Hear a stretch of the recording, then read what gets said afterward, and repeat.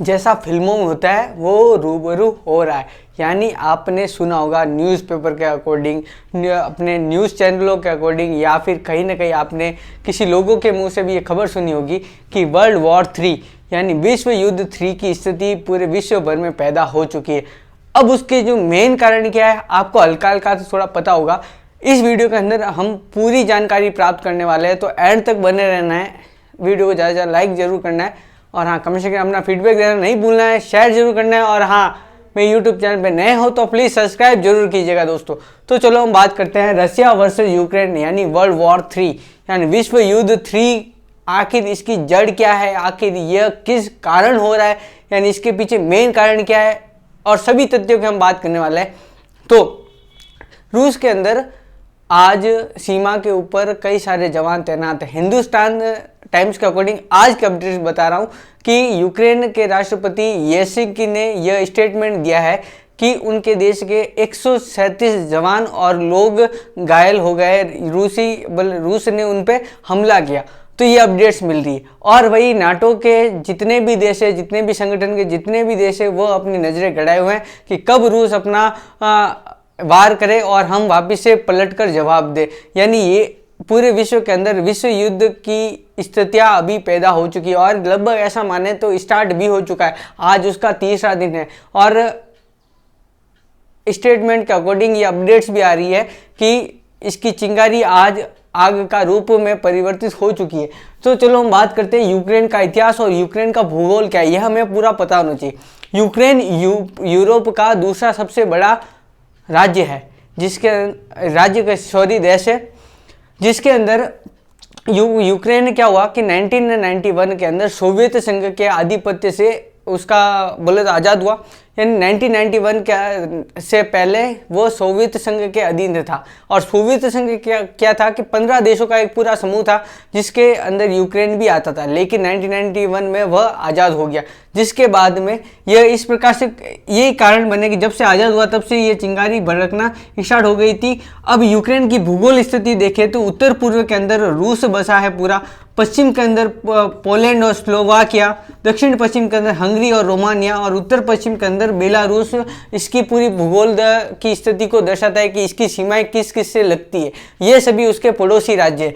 ठीक है, अब बात करते हैं कि यूक्रेन व रूस के बीच की लड़ाई की जड़ क्या है। कि जब यूक्रेन 1991 में सोवियत संघ के पतन के बाद में आज़ाद हुआ, तो उस समय क्या हुआ कि उस समय 3 करोड़ प्रवासी लोग मतलब माइग्रेट होकर रूस से यूक्रेन में चले गए। तो ये रूस के लिए बहुत बड़ा झटका था कि उसके लोगों का देश छोड़कर जाना, या फिर बंटवारा होने में लोग उस तरफ रह गए, यानी यूक्रेन के निवासी बन गए। तो ये रूस के लिए बहुत बड़ा झटका था, और रूस ये नहीं चाहता कि उसके जितने भी लोग हैं वो वहाँ पर जाके बसे। तो और यूक्रेन में भी यही है कि यूक्रेन के पूर्वी हिस्से के अंदर जितने भी लोग हैं वो रूस की पालना करते हैं, यानी रूस के व्लादिमीर पुतिन की पालना करते हैं, नियमों की पालना करते हैं, वो अपने देश की बिल्कुल नहीं सुनते। तो ये भी उसके लड़ाई की जड़ या विवाद की जड़ बन चुका है, और रूस बिल्कुल नहीं चाहता कि यूक्रेन अपनी ताकत बढ़ाए और पड़ोसी देशों के साथ में अपने संबंध स्थापित करे। तो इसके कारण भी यही एक लड़ाई की जड़ बनती है। अब कब शुरू हुआ विवाद और तनाव, यानी ये जो तनाव था एक्चुअली कब शुरू हुआ, यानी 2014 के अंदर क्रीमिया नामक एक प्रायद्वीप है। यानी 1954 के अंदर सोवियत संघ ने यूक्रेन को एक गिफ्ट दिया था, यानी एक प्रायद्वीप गिफ्ट किया था जिसका नाम है क्रीमिया। क्रीमिया एक मतलब प्रायद्वीप है जिसको 2014 के अंदर रूस ने उस पर कब्जा कर लिया। कि जब ये आज़ाद हुआ, यूक्रेन आज़ाद हुआ सोवियत संघ के, तो 2014 के अंदर रूस ने क्रीमिया के ऊपर कब्जा कर लिया।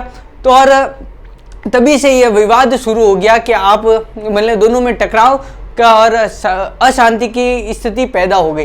तभी 2015 के अंदर फ्रांस और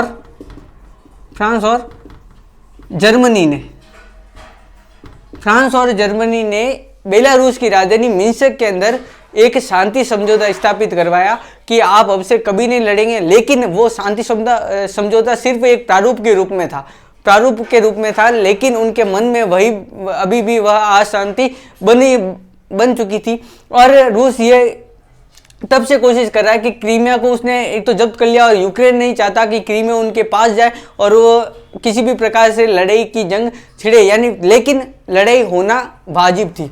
ठीक है, अब क्या चाहता है रूस? अब रूस यही चाहता है कि क्रीमिया से लेकर विवाद खड़ा न हो, क्रीमिया उसके कब्जे में रहे और यूक्रेन का दूसरे देशों के साथ संबंध स्थापित नहीं हो, मेनली नाटो के साथ में। अब नाटो क्या है? नाटो के बारे में जानते हैं कि NATO north Atlantic treaty organisation है। एक ऑर्गेनाइजेशन है जो पूरे 30 से 32 देशों का एक ऑर्गेनाइजेशन, जिसमें अंदर मेनली अमेरिका, ब्रिटेन और 30 देश शामिल है।